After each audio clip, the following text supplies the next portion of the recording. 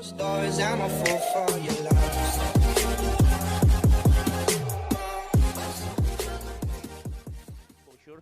yun yung nakakatakot eh. Evo's Esports PH, they had the upper hand kasi hindi alam ng Bren Esports kung ano yung dadalhin nila sa table. Pero again, ang linis ng laro nila kahapon. Ang linis ng laro nila kahapon. Pero lilinisin na rin natin yung draft ngayon para makapasok na tayo sa may game.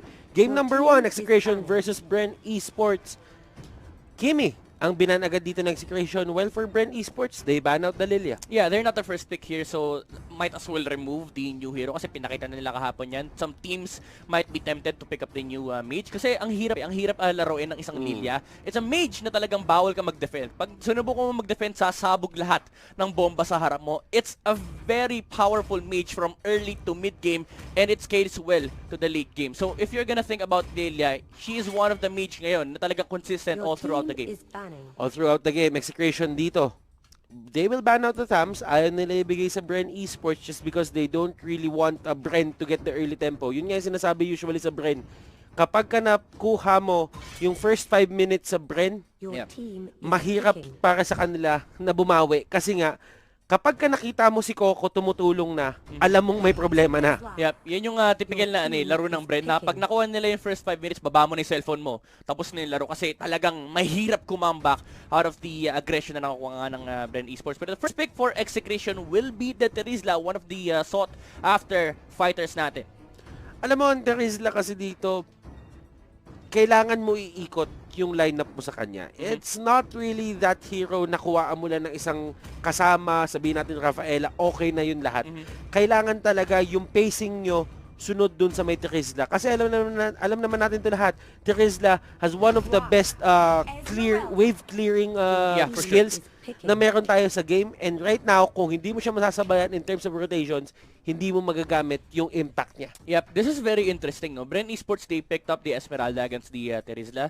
Terizla, sinabi natin before, it's one of the only fighters na, hindi naman only, pero it's one of the few fighters na kaya makipag 1v1 kay Esmeralda. And it naturally counters kung ano yung gusto kong gawin ni Esmeralda during the team fight with the penalty zone. Pero what Bren Esports can do is find a revolving draft around this Esmeralda para hindi ganun kagandang counter si Terizla ng Execration. Pero Lunox will be the second answer here by Execration. Double down on the Esmeralda counters. Lahat ng shields ni Esmeralda tutunawin ni Lunox during the team fight.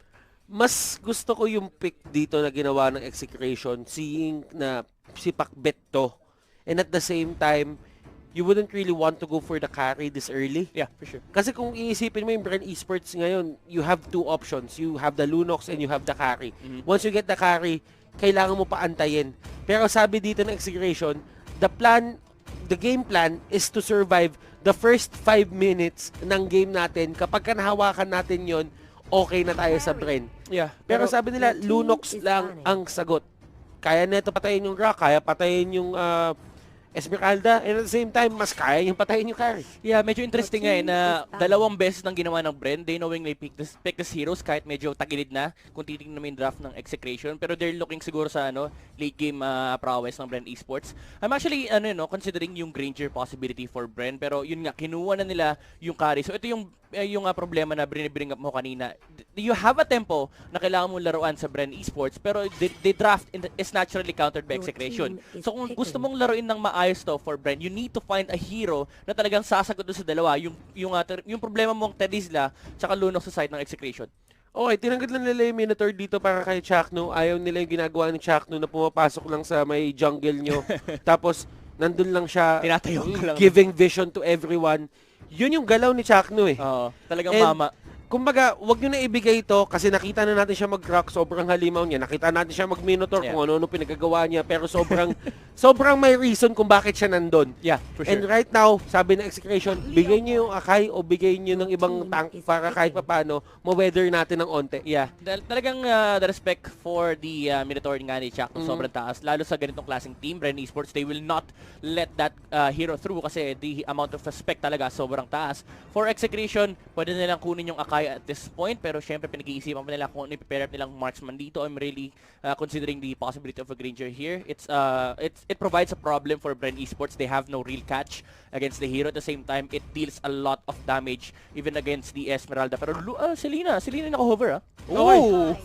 Sabi nila dito, hindi naman natin kailangan mag-marksman. Kung gusto talaga nila magkaroon ng isang laban na aabot ng late game, huwag na natin paabutin. Okay. I get the idea for Execration. Kasi nakikita nila may butas yung draft ng Bren Esports. The Esmeralda can be shut down in the mid game. Hindi problema yung early to mid game timing natin. Late game, lalaban tayo sa isang carry and Leomord. So wag na lang natin paabutin ng late game, 'di ba? Kumuha tayo ng isang hero na ang pinaka-trabaho is tapusin yung early game. Pag nakuha niya yung first rotations niya, 2 minutes sobrang taas kagad ng lead. And what hero is that? Nag-iisa lang yan sa mundo ng ML. That's the Selena. Okay. Aurora! Oh my god! Okay. That's an interesting choice for Bren Esports. One hero that can burst down the aggression na pwedeng gawin ni... that can shut down the aggression na pwedeng gawin ng isang Selena. The amount of burst damage from Bren Esports alongside the Esmeralda, talagang nakakatakot lumaban against Bren Esports. Even though sabihin na natin ang taas ng early to mid game power spike ng Execration, yung punish ng Bren Esports din naman nandun. Kasi yung Aurora Esmeralda combination yan, you have a frontliner na talagang ang trabaho ng sudden mobility to escape from the catches of Bren Esports. Pero again, it all boils down to Execution, mga kaibigan, as we head on to the land of Dawn. Execution on the blue side, Saire sa kanyang Terizla Chaknu on the Akai, May as the Selena, Zapnu on the Fighter Cho, and Pakbit naman ang gamit ng Lunox. For the side of Bren Esports, going to be Teng on the Leomord. Coco will be the carry, Haze as the Grok, Yuji will be the Esmeralda, and Rebo will play the Aurora. Pero Chakno dito naipit, nahuli, and makukuha agad ni Teng yung first blood. And that is a good start for an offlaner. This is actually very curious to me, no? Yung Lunox nilagay nila sa middle lane and Terizla went on to the middle lane. The Lunox went to the safe lane, bottom lane, and Terizla went to the middle lane just to secure yung buff invade nila against Bren Esports. And ayun na nga, Yuji being gone on here by Execration, and mapapatay sila ng dalawa dito alongside Haze, and this is the invade na hinaharap na Execration. Teng will fall likely as well, and double kill para kay Terizla, pero there's gonna be a punish para kay Aurora. Bren Esports, they lose 3 for the 1 kill. Okay, Rebo dito actually rotating, pero kung iisipin mo, si Sire dito, natumba siya, nasa kanya yung 2 kill, but at the same time, he is acting as a utility. Zapno dito trying to go for Rebo. Rebo dito, will he go down? Pero andito na yung 4 na tao from the side of Bren Esports.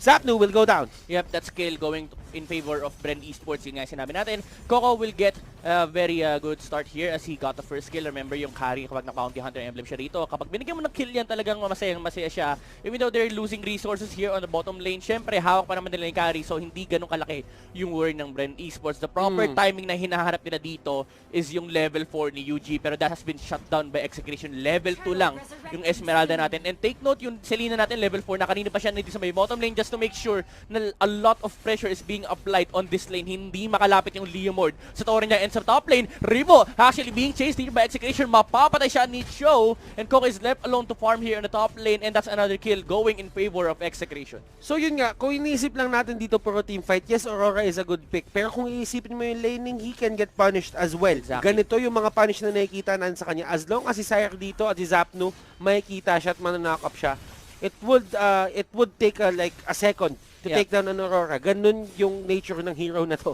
It was an answer for Bren Esports na you have a hero that can deal with the teamfight presence of Execution, pero the problem still exists para sa kanila ng hina ng early game nila. Sobrang hina. Yes, you might say that you have the Grok Esmeralda, pero yung rotations kasi na Execution, look at the heroes. Yung Selena pa lang hero na patay na, pero the Lunox has been slain actually by Rebo here on the bottom lane. Esmeralda will jump in as well, level 4 na, and here comes the penalty zone. Look at the Bren Esports lineup met, mga kaibigan. Execution, inipit na nila yung Bren dito sa lane na to. Lahat ng pressure, lahat ng kills makukuha ng Execration. And look at that, Execration dito just toying with the side of Bren Esports. Walang makuha yung Bren Esports dito na objective as of now, kasi kumbaga lahat talaga hawak na hawak ng Execration ngayon. Yep. And even though the carry is free farming in the top lane, mind you, Execration, they only want the objectives. They're not chasing for kills here. Kapag binigay ng Bren Esports yung heroes nila sa ibang lane, they will willingly take that. Yung carry, hindi malaking problema yan. They are taking so much on the bottom lane. Si Eugene na force pa umikot to. Level 5 pa lang yung Esmeralda natin at this point. So yung mid-game momentum ng Bren Esports medyo napapahinto na ng Execration kasi they're getting a lot at the start. And remember, yung Esmeralda natin, kailangan mag-snowball yan. Pero at this point, 0-2-2 on UG. Ang laki ng problema ng Bren Esports. Ang laki ng problema ng Bren Esports. But on the middle lane, Midnight, ito yung pinaka-counter reaction, sabihin na ginagawa nila. They're just pushing the lanes. And yun naman talaga kumbaga you're just trying to mend a wound na para hindi siya lumaki. The wound is there, yung sugat nandun, pero ang ginagawa mo lang sa kanya, hindi mo siya pinapadugo ng todo-todo. Yeah, for sure. Bren Esports, sinabi na natin to before, they are the team na talagang laging may trade-off. Yes, napatay sila sa may bottom lane sa team fight na yun nangyari, pero nakapag-free fire naman si Coco. Pero to, yung carry natin sumasama sa may middle lane, pero look at the Phantom State from the Leomord, mapapatay nila si Zatnuri, tatakbo pa si Teng, and Execration, they need to back off, hindi nila mapapatay si Ace, muntik na mamatay yung Grok natin. And that was a good initiation by Bren Esports. Alam natin kaya nilang gawin to, and one more sabihin natin initiation like that could turn the tides papunta sa kanila. Yun yung Execration dito, they need to be very careful din sa mga gagawin nila kasi hindi pwedeng masyadong aggressive yung dating nila dito. Yes, kanina gumagana yon, pero right now, the levels, meron na din yung Bren Esports dito. Yeah, the name of the game for Execration here is Constant Pressure. It's Mobile Legends. Mobile Legends. Bren Esports, kailangan lang nila mag-survive dito. Yes, malaking problema nila with UG falling behind. Pero remember, they still have the late game dito. Walang marksman yung Execration and there is a carry on the opposite side. So it's one of the best games na makukuha mo kung gusto mo yung late game talaga. Walang marksman yung kabila, tapos carry pa yung hawak mo. So you just need to survive the onslaught ng early to mid game. Pagdating ng late game, yung Esmeralda mo makakahabol pa rin naman yan. Naka-genius wanda din si Pacbet, man. Naku po, ang yaman ng Lunox natin, and there's a lightning truncheon as well on May. So the amount of power spike of Execration right now, 2 heroes kagad yung tumaas yung lakas, pero ito naipit ni Chakno na naman si Coco dito, pero there's no follow-up damage penalty zone, hindi umabot, nakapag phantom step palayo si Coco, and they're hitting on the backlines dito for Bren Esports, pero mag-back muna si Hayes dahil walang target na mapatay ang Execration. Okay, napigilan na naman ng Bren Esports yung aggression na ginagawa ng Execration dito, and yun yung dala ng isang Rebo Aurora. Huwag nakita mo yun, last, yung araw ni Selena, nakuha pa yung buff. Nakuha pa yung buff. Hindi talaga sila magbibigay dito. Kumbaga, yan yung yan yung tatak ng lineup ngayon na Execration. Si Sire, si Chakno, si May, sila yung gagawa dito ng paraan para talagang manalo sila into the early game. Yep, and ito yung sinasabi natin kanina, yung constant pressure. Yes, you might be tempted to take the kills, pero if you're getting the objectives that you want, which is the tower, and hindi nakakapag-farm yung carry, mind you, sumama siya sa may middle lane kanina, you're happy for Execration kasi you're getting a lot on the Lunox and the Selena right now. Remember yung Selena natin, ayan, naka-lightning truncheon, natataas pa yung damage yan. I think Calamity River or Clock of Destiny yung susunod yung bilhin, or maybe Holy Crystal. Kasi nagiging popular na rin yung combination na yun, yung truncheon and Holy Crystal, just to amplify yung mid-game power spike din ng isang Selena. Pero again, for Bren Esports, they just need to survive. So Execration, at some point, kailangan nyo nang itodo yung pressure na ina-apply nyo sa Bren Esports. Okay, so Bren Esports, right now, they are just, sabihin natin, turtle. Nag-turtle lang sila dito. Ayaw nila lumaban masyado. Inaantay nila Execration. Chakno! Na pumasok, and Chakno will go in, and look at that Hurricane Dance. Purify will save Coco, pero penalty zone, wala siya mahuli doon. Abyssal Arrow, binato doon sa may gitna. Walang tatamaan. And another crisis na na-avert dito aside ng Bren Esports. Muntikan na sila doon. Muntikan na. Ang ganda nung play na ginawa ng Execution. Again, assert dominance against Bren Esports. Walang karapatan lumaban yung Bren sa harap ng tore nila. Lalo't may ganung pang play yung Execution. And right now, they're just pushing the pressure against Bren. Again, wala kayong karapatan mag-defend. Hinihintay lang ng Execution pumasok yung minion, dumikit yung minion wave sa may mid lane. And another objective yung makukuha nila. And right now, ito na talaga yung ito na talaga yung laro. Execration dito, just holding the tempo. Wala nang magawa yung Bren Esports dito, nag-turtle na rin sila. Grok right now, hindi na siya nakakatakot. 8 minutes into the game rather. Level 7 pa rin siya. Look at the levels of Sire, look at the level of Chakno.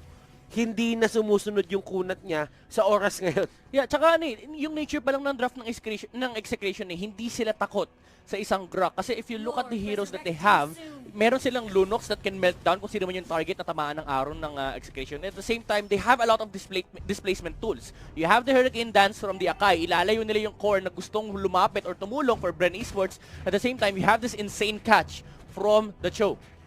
Actually, for Execration, this is a very greedy lineup, pero na-punish lang talaga ang Bren Esports masyado dito. Kumbaga, nag-react sila sa ginagawa ng Execration. And you wouldn't really want to react, lalo na kapag kunyari yung early game na Execration ganito kalakas. Yeah, and Pacbet, he realizes na hindi sila pwede umabot ng late game dito. Usually, the item choice is mas greedy. Minsan yung Blood Wings or yung Divine Glaive pa, pero he went for the Holy Crystal Limit. Game momentum item, pero ito nahuli. Bakit sa Star? Look at the penalty zone. Bren Esports, kailangan yan magtakbuhan. Teng dito makakatakbo ba? And look at Zapno with the flicker in. Nahuli with the Hurricane Dance pa. And Execration, the double kill will be secured by the Akai. And yung tatlong heroes ng Bren Esports bumalik na sa kanilang bahay.